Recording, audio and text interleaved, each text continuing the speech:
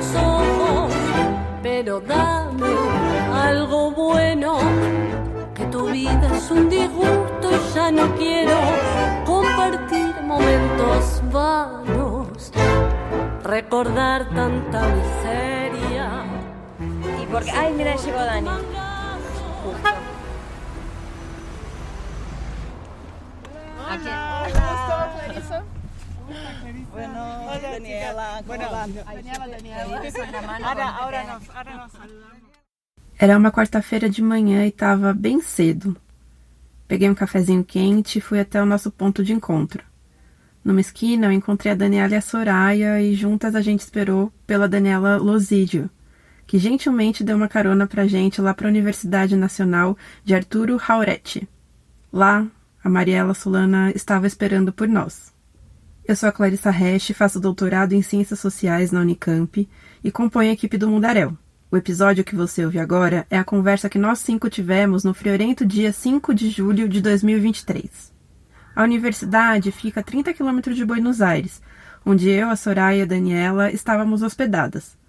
No trajeto, a gente pôde ver a transformação da paisagem. As indústrias e máquinas portuárias gigantescas começaram a aparecer, assim que a gente saiu da metrópole em direção ao conurbano. As vichas, termo local para designar as favelas, também se tornaram cada vez mais e mais presentes. No circuito turístico, esses conjuntos de habitações de classes mais empobrecidas podem passar totalmente desapercebido. Mas no caminho para Arturo Jauretche, elas estão na beira da estrada e compõem a maior parte da paisagem urbana. Lembra um pouco as faculdades do sul do Brasil, né? A URGS, esses prédios assim, todo de vidro, concreto, vidro e metal, mais colorido, cheio de cartazes, né? Uma plataforma de concreto, as salas todas de vidro, porque acho que era um espaço amplo que eles tiveram que fechar, né? Pelos nossos descaminhos antropológicos na Argentina, em busca de conhecer e conversar com pesquisadoras sobre antropologia, ciência, tecnologia e feminismos, acabamos encontrando Daniela e Mariela por uma trilha até que comum dentro da academia. A gente soube delas por uma chamada para um dossiê temático que ambas estavam organizando na revista argentina Ucronias, com o título de Gênero, Ciência e Poder, Novas Direções nos Estudos Feministas da Ciência e Tecnologia. Falaremos um pouco mais sobre o dossiê mais para frente. Foi esse interesse em comum, um interesse feminista de transformação da ciência, que acabou aproximando a gente. E conversando, a gente descobriu que também foi o mesmo interesse que uniu Daniela y Mariela. Sí. Y fue amor a primera vista. Sí.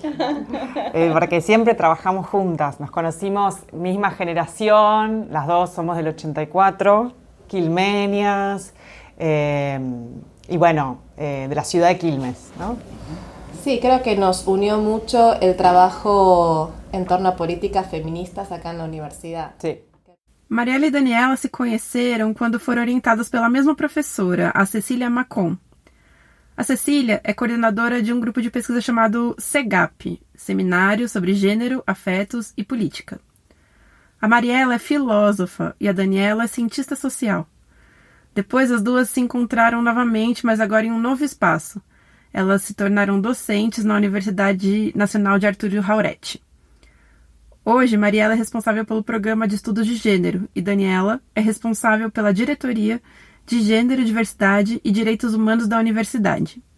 A gente conversou bastante sobre essas questões que perpassam as atuações de Mariela e Daniela. Falamos sobre as possibilidades e dificuldades para a institucionalização de pautas feministas dentro da universidade, sobre a relação da universidade com o território a partir das práticas feministas de pesquisa, sobre a importância das emoções para uma proposta feminista de trabalho científico e sobre a trajetória delas como feministas e acadêmicas. No soporto tu mangazo.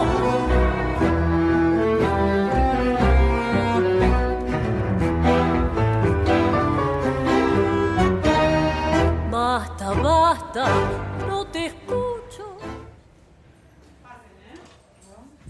Les presento la dirección. Esta es la dirección, es pequeñita, es modesta. Essa é Daniela. ¿Usted es directora? Yo soy la directora de Género y Derechos Humanos. Le contaba recién a Soraya que la dirección se creó el año pasado con la nueva gestión del nuevo rector. Y me ofreció el cargo. Yo era, bueno, ahí la tenemos a Evita. Con el pañuelo. Es una Evita profanada, pero es una Evita. Mariela e Daniela receberam a gente em um local que materializa o trabalho que elas têm feito dentro de Artúrio Rauretti. O escritório da Diretoria de Gênero, Diversidade e Direitos Humanos é uma sala pequena, mas confortável o suficiente para abrigar todas nós. Conversamos ali por cerca de 1h20 sobre o olhar contraditório de uma, entre aspas, Evita profanada. Um pôster grande da Evita Perón adornada com um panuelo, aquele lencinho verde que é símbolo da luta das argentinas pela legalização do aborto. Nossa conversa começou com uma pergunta da Soraya sobre como as pesquisadoras se conheceram e por que elas trabalham tanto juntas. Mariela contou pra gente que quando elas chegaram na universidade, as políticas feministas ainda não existiam. A principal preocupação era justamente como fazer para institucionalizar essas pautas. Que al principio era muy incipiente, muy difícil. E essa é Mariela. Estábamos arrancando, no había nada, y ahora está más instalado, tiene cierta trayectoria, pero al principio había que inventar todo de cero. Y ahí, bueno, estuvimos muchas horas y reuniones pensando cómo organizar primero una red de trabajo con el territorio, especialmente para abordar cuestiones de violencia de género, y después cómo institucionalizar eso en algún tipo de programa. Y ahí arrancó el programa de estudios de género, 2015, si no me equivoco. Y bueno, y después el nuevo desafío ahora, desde el año pasado que está, es esta dirección que está a cargo de Daniela. Daniela destacou a importância do apoio de acadêmicas feministas de uma geração anterior a delas e falou um pouco sobre o contexto da universidade, que fica fora do grande centro urbano de Buenos Aires, numa cidade menor da região metropolitana, chamada Florencio Varela. Essa descentralização das universidades na Argentina foi um movimento similar, no tempo e na proposta, ao Reúne no Brasil. Para quem não lembra, o Reúne foi um projeto de expansão das universidades federais, desenvolvido de 2007 a 2018, que criou universidades e campi em cidades de fora dos grandes eixos urbanos e econômicos do Brasil.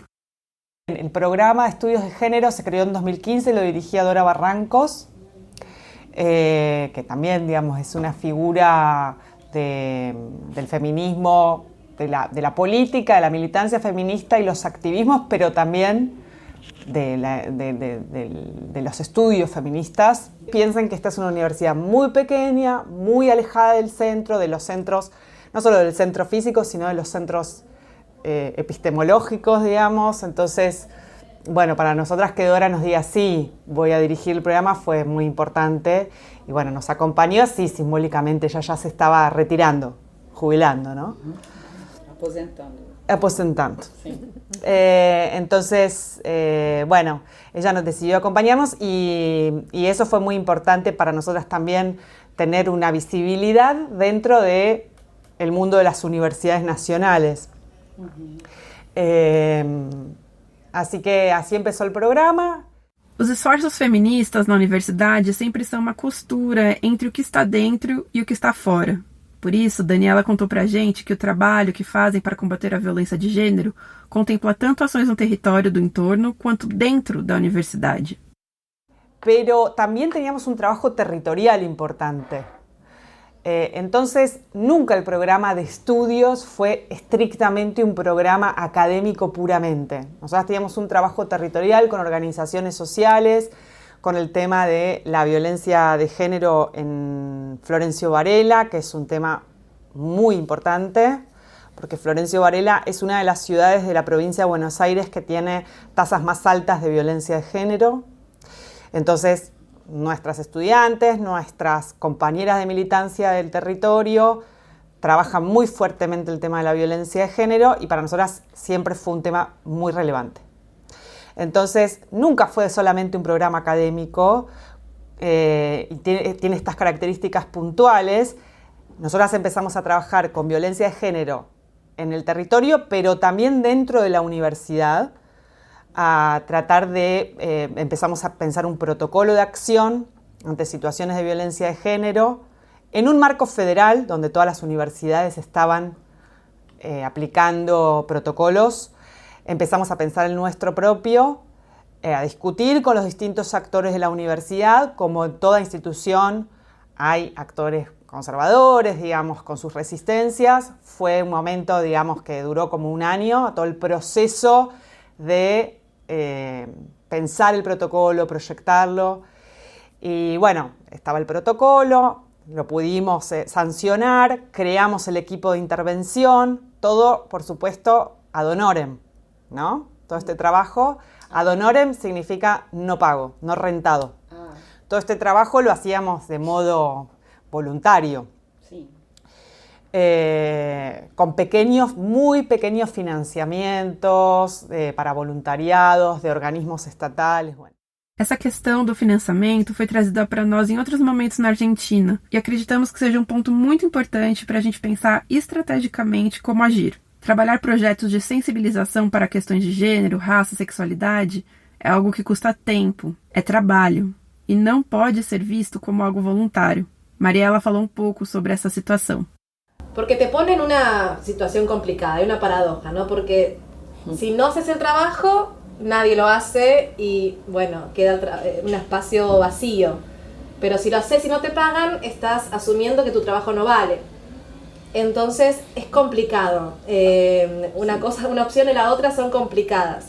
Pero me parece que con con la experiencia nos fuimos dando cuenta que no remunerar estas acciones es también una forma de minimizarlas, de negarlas, de dejarlas de vuelta, ¿no? Como en el orden de prioridad muy abajo, ¿no? Porque no es que no hay plata. Obviamente hay problemas presupuestarios, siempre los hay, ¿no? Pero si hay plata para algunas cosas y no para otras, es porque el tema es la distribución. Sí. Paradoja. Sí, el amor, el trabajo no pago, ¿no? Se hace por amor. Se reproduce la misma lógica que con el trabajo doméstico, no se hace por amor, o por activismo, por feminismo, pero bueno, no, hay que valorizar este tipo de trabajo. Basta, basta, no te escucho, ya tus versos se perdieron en lo oscuro, pero ahorrame tu despecho, y ahora tengo que buscar otro consuelo, sos un tipo... Para conseguir institucionalizar políticas feministas dentro da universidade, foram vários passos. Por um lado, elas precisaram consolidar um programa de pesquisa. Por outro, criar e estabelecer protocolos para orientação em caso de violência de gênero. Mas no meio do caminho, um novo desafio se colocou para as pesquisadoras. Um desafio que levou elas a exercitar uma pedagogia feminista, a implementação da Lei Micaela. Fue que dentro del programa también, en un momento, nos pidieron que empezáramos a implementar lo que es Ley Micaela. Ley Micaela es una ley que es para capacitación en género a todo el personal del Estado, se llama así. Es una capacitación obligatoria para todas las personas que trabajamos dentro del Estado Nacional. Las universidades adherimos a la Ley Micaela y entonces empezamos capacitaciones dentro de la universidad, nuestro personal. Daí a Dani perguntou quem foi a Micaela. Sí, Micaela era una militante de Entre Ríos, de la provincia de Entre Ríos, una militante de la agrupación La Cámpora que digamos, fue víctima de un femicidio. Ya había hecho varias denuncias, aparte una militante muy comprometida con los asuntos de género dentro de la militancia política. Y bueno, fue obviamente un golpe muy grande su muerte y a partir de su femicidio, su papá y sus compañeras de militancia presentaron este proyecto de ley para la capacitación en género del personal del Estado. Bajo un espíritu de que la sanción no modifica las estructuras patriarcales, ¿no? Este es el espíritu de la Ley Micaela, que para que haya realmente una deconstrucción, como se dice, de estas estructuras patriarcales se necesita, bueno, modificar imaginarios, prejuicios, ¿no? Se necesita un trabajo mucho más grande y a mediano plazo.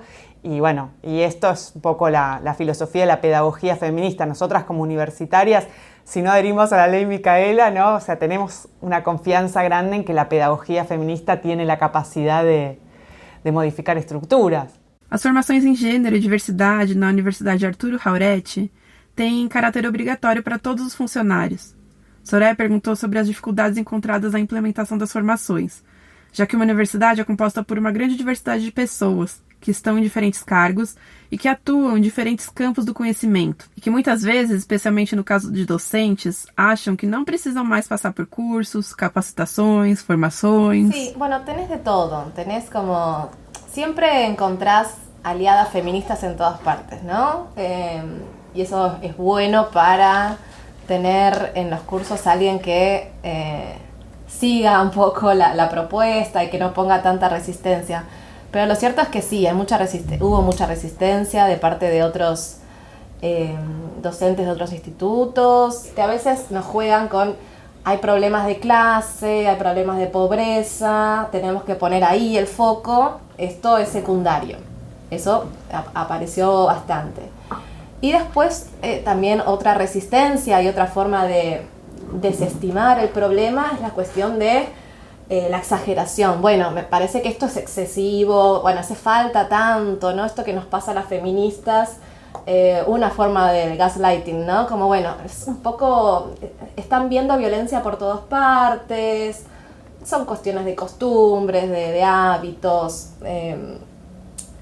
y después también eso, ¿no? ¿Quiénes son ustedes para venir a enseñarnos cosas? Cuando en realidad el punto de la ley Micaela, más que enseñar cosas, es crear espacios para que podamos discutir entre quienes formamos la universidad qué tipo de universidad queremos, ¿no? Acuerdos, pactos, cómo queremos vivir en la universidad. Entonces, claro, yo les pregunto qué les pareció el curso. Es un poco provocadora la porque cuando entran los ingenieros y los médicos, todos tan señoriales, les pregunto y se sacan la bronca, ¿no? Dicen, nada, perdí el tiempo, no me gustó. Teníamos mucho trabajo y yo no estoy para esto, y se sacan la bronca. Pero es... y hay mucha gente que al contrario, ¿no? Que dice, no, me sirvió mucho, yo tenía un prejuicio sobre las feministas, pero la verdad es que aprendí muchas cosas. A capacitação dada pelas pesquisadoras busca localizar a violência de gênero dentro da universidade, abordando questões como micromachismos, violência simbólica, divisão sexual do trabalho e os protocolos de ação em caso de violências. E o processo de formação começou primeiro com as autoridades, o que para elas foi um grande desafio. Nuestro primer curso fue con las autoridades de la universidad y fue un desafío porque son quienes tienen una gran responsabilidad en que las cosas sean como son, ¿no? Entonces era sentarse y mostrarle, bueno, esto pasa en la universidad, en nuestra universidad hay desigualdad de género, ¿no? Hay violencia, hay generalización de carreras. Entonces, bueno, era el desafío de nosotras ahí plantarnos a mostrarle a las autoridades que sucedían estas cosas y bueno, pero también era pasarles un poco la pelota a ellos para que digan, bueno, ¿y cómo hacemos para transformar esta realidad y volverla mejor?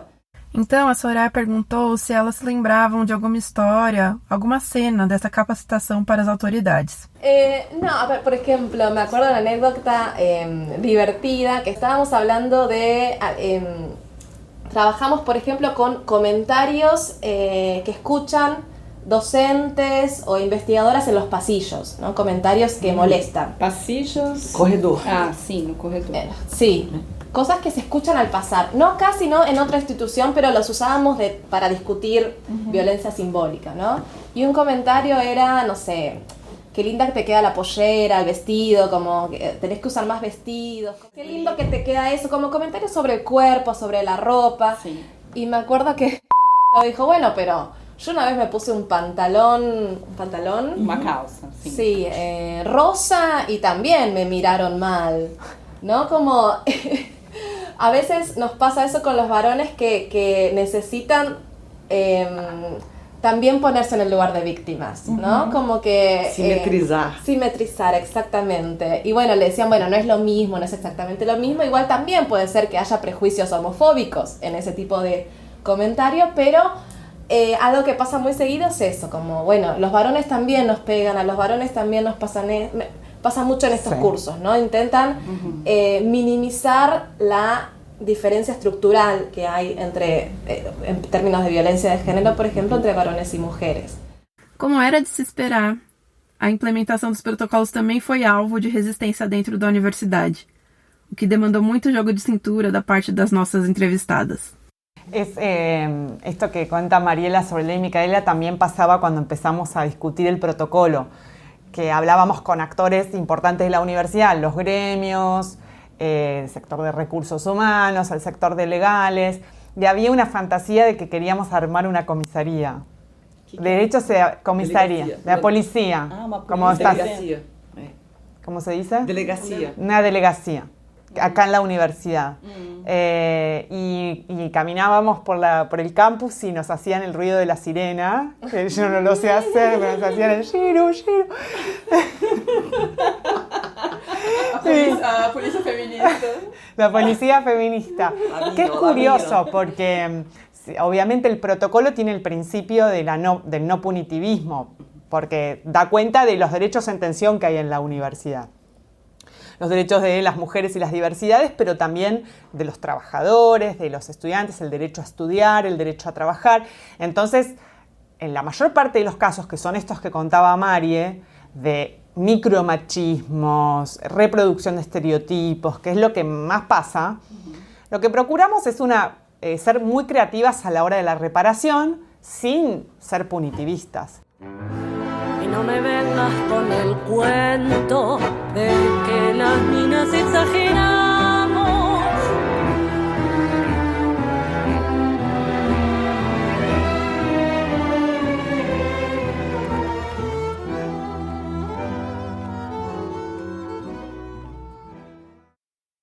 Foram os ideais políticos que juntaram a Daniela e Mariela, mas foi em um espaço de pesquisa que essa parceria se consolidou. Retomando essa história e esse tema das pesquisas delas, Soraya perguntou para as pesquisadoras o porquê da centralidade dos afetos para falar de gênero, para falar de violência e para falar sobre produção de conhecimento. Para mí es imposible trabajar estos temas, no solo de violencia de género, sino cualquier tema feminista o de género, de sexualidad, sin que haya algún tipo de conmoción personal o transformación, movilización de índole personal.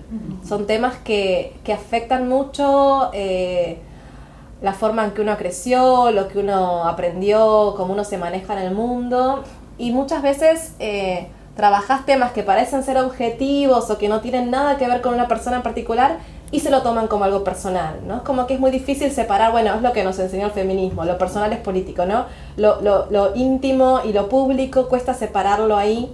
Me parece que, además, con este enfoque que yo les mencioné antes de trabajar la vida universitaria y qué pasa en la universidad, la gente no se siente externa, se siente muy comprometida, muy interpelada, y ahí pueden surgir cuestiones afectivas que van desde celebración del curso, alegría, a un rechazo muy visceral. Pero me parece que es algo que pone en primer plano todo lo que está pasando ahora con los feminismos en Argentina y en Latinoamérica después del Ni Una Menos, paro de mujeres, todas estas discusiones sobre responsabilidad afectiva, sobre no solo violencia física, sino qué tipo de microviolencias hay en los vínculos, ¿no? Me parece que eso está desestabilizando la forma en que pensábamos que nos teníamos que relacionar con la gente, ponen en duda muchas de las cosas que creíamos que hacíamos bien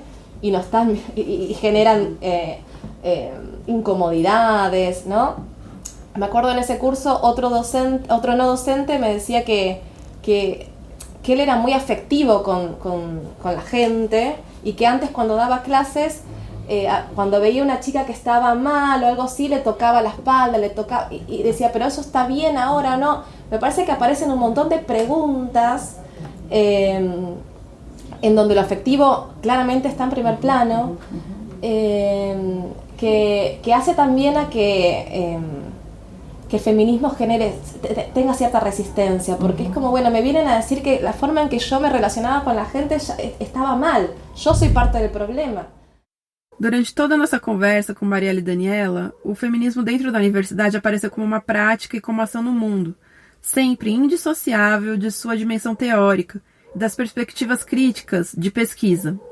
Para as pesquisadoras, essas duas dimensões se constituem mutuamente. Y acá en la universidad también aprendimos mucho en la política universitaria, cómo funciona esto de los afectos, ¿no? Porque hay un rechazo a la expresión de los afectos en los ámbitos de cogobierno, por ejemplo, en el Consejo Superior, en los consejos directivos. Cada vez que llevamos una discusión, hay una acusación de exceso, estas feministas excesivas o demasiado enojonas, y bueno, se ve muy bien, ¿no? que en realidad, o sea, los afectos forman parte evidentemente de la política y de la política universitaria, pero hay algunos que no están permitidos y otros sí, digamos, porque no es que ellos no son afectivos, ¿no?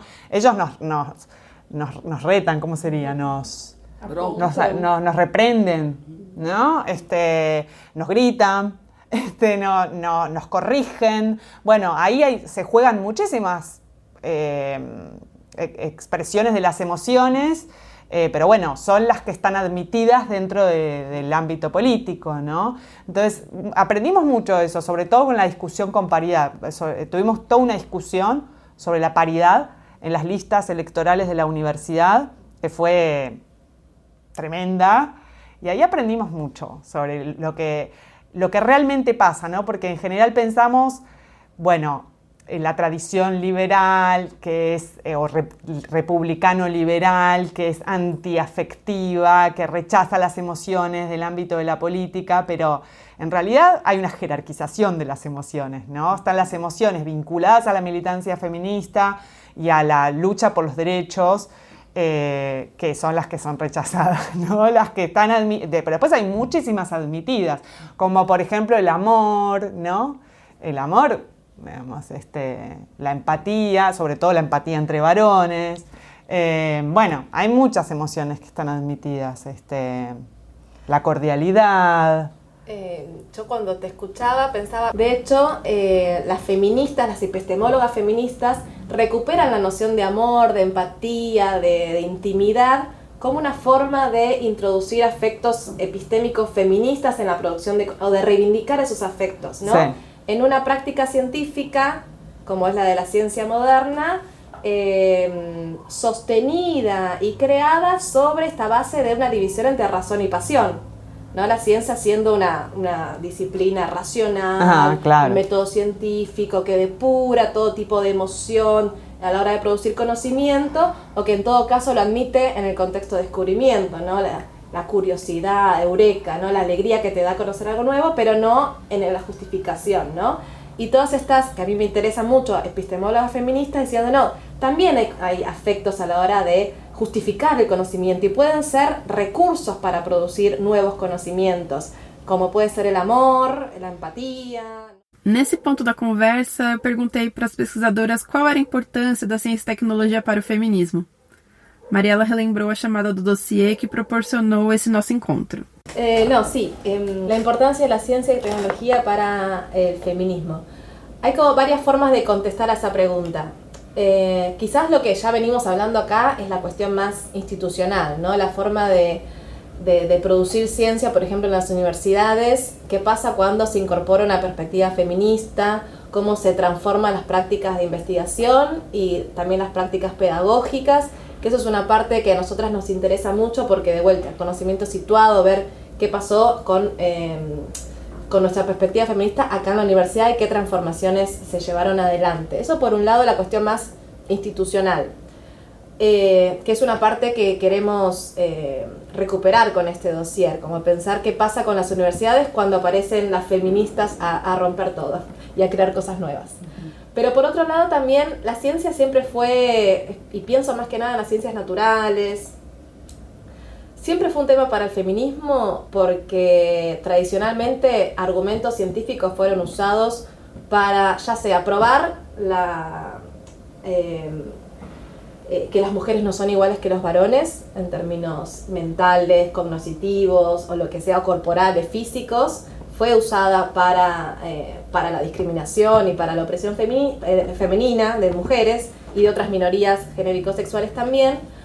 Pero me parece que en los últimos tiempos, especialmente en los estudios feministas de tecnociencia, y en lo que se llaman nuevos materialismos feministas, también hay una relación más positiva con las ciencias naturales, de ver cómo, bueno, sí, hay sesgos de género, de clase, racistas en la ciencia moderna, seguro, pero también hay desarrollos científicos que pueden ser utilizados para contrarrestar el esencialismo, el determinismo biológico, ¿sí?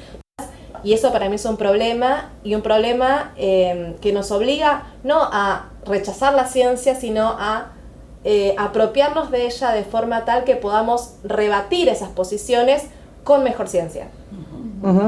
Exacto. Calla, calla ese chamullo, nuestros sueños se esfumaron como un pucho. Ahora andate y no pretendas que te alcance un cenicero a tu mesa. Me llevaste hasta el cadalso para hacerme una mueca y burlarte de mi canto. Nessa nossa caminhada do Mundaréu em conhecer e contar histórias sobre antropologias, feminismo, ciências e tecnologias, a gente tem escutado quanto nós, feministas, quanto a gente é capaz de bagunçar o que estava separadinho, o que é político e o que é científico, o que está dentro, o que está fora da universidade. É que para muitas de nós as coisas são assim mesmo, são misturadas e diversas, e a gente aposta na complexidade como forma de tornar a ciência mais objetiva. Uma pergunta que a gente fez para a Daniela e Mariela, que é uma pergunta que nos engaja em todos esses caminhos que a gente tem trilhado, foi sobre a trajetória pessoal delas dentro do feminismo. E o que veio primeiro? Se foi a atuação política ou se foi a vida acadêmica? E as respostas sempre são bem complexas. Mas as duas ressaltaram a referência das suas mães e os desafios que se colocavam para elas todos os dias. Yo tengo a mi mamá feminista, así que tengo eso, la mamá feminista y bueno, y ella fue la que me acercó las primeras ideas feministas y bueno, después obviamente dentro de la universidad un poco me pasa lo que le pasó a Mariela. Ahora desde el 2015 y el Ni Una Menos es difícil encontrar una compañera que se sienta lejana a las ideas del feminismo. Las hay, por supuesto, ¿no? Las hay un montón. Pero es difícil encontrar a una mujer que diga, no, yo estoy en contra de la lucha contra la violencia de género, o estoy en contra del aborto, un montón, pero estoy en contra de, no sé, de la paridad de género en el Congreso. No, es muy difícil, es muy difícil. Las hay, por supuesto, hay un montón, digamos, sobre determinados temas polémicos, como puede ser el aborto, la subrogancia de vientres, qué sé yo, algunos temas, pero la prostitución, bueno, hay muchos temas que generan mucha polémica y antifeminismo. Pero lo cierto es que cuando las dos empezamos en la universidad, hace relativamente poco, somos grandes, pero no tanto, ya somos grandes, ya no podemos decir otra cosa, pero la verdad es que cuando empezamos cada una su carrera, en la Facultad de Ciencias Sociales no existía la teoría feminista. O sea, para mí fue encontrarme con teoría feminista en el ámbito de la militancia y después con Cecilia Macón. Yo a Cecilia Macón no la conocí como docente porque ella no es docente de Ciencias Sociales, yo la leí un libro de ella que me fascinó y se lo conté a un amigo mío y le dije, leí a Cecilia Macón y él me dijo, yo la conozco, te la presento, y le fui a preguntar si me podía dirigir la tesis, la beca de doctorado de CONICET. Y ella me dijo que sí, siempre fue súper generosa. Pero la verdad es que la leí. Me encontré con un libro de ella que leí, que me fascinó y bueno, y después entré en el grupo que es uno de los primeros, sí, en realidad el primer espacio donde discutí teoría feminista. Pero a mí me gusta mucho lo que dice Sara Ahmed en Vivir una vida feminista, en donde plantea que el primer aprendizaje de feminismo es en la casa o en la infancia, en la adolescencia, ¿no? Y yo creo que hay algo ahí, que no es que un día para el otro, sino que, bueno, a veces revisando mi pasado, bueno, también madre, no sé si feminista, pero sí muy... Autónoma.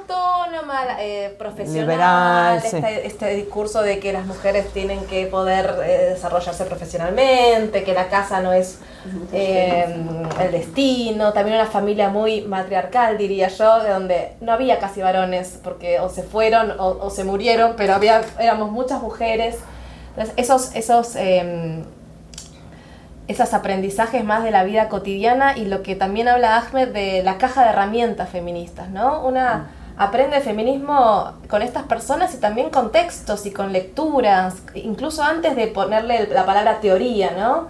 Yo recordaba, no sé, lecturas de Rosa Luxemburgo, no sé cómo, o cosas que uno va leyendo de adolescente que de alguna forma van formando esta conciencia feminista que quizás en el momento no la llamaba feminista, pero que ahora lo resignifico y digo, bueno, sí, fueron esas pequeñas huellas que fueron formando cierta configuración subjetiva que después cuando llegué a la teoría, claro, ahí todo se fue acomodando, pero que claramente no fue de un día para el otro, sino que viene de cierta historia de mujeres fuertes, de mujeres autónomas.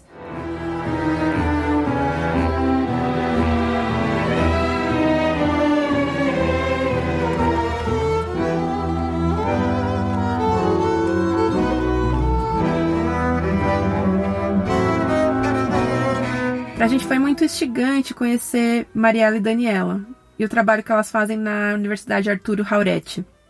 Conhecemos ações práticas para transformar as políticas feministas em políticas científicas e tecnológicas. Ouvimos também que essas ações são baseadas no chão da universidade, o que inclui o território onde elas estão. Escutamos sobre as dificuldades e contradições de levar esse trabalho adiante. Um trabalho que, como muitos outros feitos por mulheres, é muitas vezes menosprezado, diminuído e não reconhecido. Repercutir no Brasil essas histórias e os ganhos que elas nos contam certamente servirá de inspiração para que a gente possa se mover com criatividade, amor, empatia dentro dos nossos próprios espaços e territórios. Mas o cenário hoje tem sido desafiador, para não dizer desanimador, para as nossas irmãs. Desde a eleição de Javier Milei, a situação da pesquisa científica na Argentina tem sido piorada de uma forma significativa. Estão sem dar o resultado de bolsas de pesquisa e sem implementá-las nas datas previstas. Estão desmontando o CONICET. E sem falar que agora estão expulsando do país estudantes estrangeiros das universidades. A Mariela atualizou a gente rapidinho sobre essa situação. La Argentina está atravesando una situación social, económica y política muy complicada. Si bien la crisis económica e inflacionaria es previa a este gobierno, el gobierno de Javier Milei acrecentó la desigualdad social, aumentó el número de pobreza, y una novedad con respecto a otros gobiernos es que los feminismos y la diversidad genérico-sexual son un objeto de ataque constante en este nuevo gobierno. Tanto en la campaña electoral como tras las elecciones, el nuevo gobierno ha atacado muchos de los logros de los feminismos de los últimos tiempos, como la Ley de Educación Sexual Integral y la Ley de Aborto. El feminismo se convierte en la retórica de la nueva derecha en un enemigo que no solo es peligroso, sino también innecesario, señalando constantemente que la igualdad entre varones y mujeres ya existe.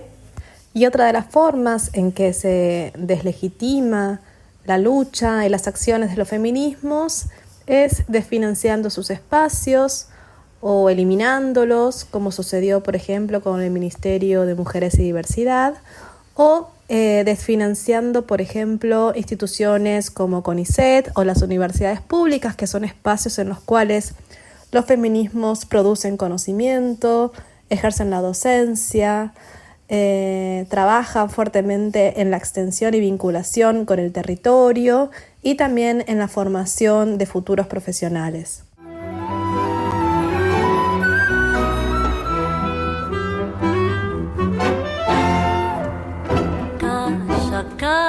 Ese chamullo, nuestros sueños se fumaron como un pucho. Aqui na descrição do episódio você pode encontrar informações sobre a universidade que conhecemos e sobre as nossas entrevistadas, assim como sobre a Lei Micaela, da qual elas falaram. Pode também ver a nossa página mundarel.labjor.unicamp.br. A música dessa temporada é Basta, da La Empoderada Orquestra Atípica, a quem a gente agradece a parceria. A edição e produção musical é de Nicolas Martins, da nossa equipe da Unicamp. E a finalização é de Gabriel Marçal. A divulgação dos episódios é de Fernanda Mariá e de toda a equipe Mundaréu. Nós integramos a Rádio Queri Queri de podcast de antropologia e recebemos apoio da FAPESP, da Unicamp, da FAPI-DF, do CNPq e da UNB. A gente se ouve no próximo episódio. Nesse mês de abril, toda semana, um episódio novo na Argentina. Até mais! Te haces el distraído ahora, mira vos. Hacete cargo, Piscuín. Que yo ya me di cuenta. Y una sola cosa me queda por decirte, ¿sabes? No te soporto más.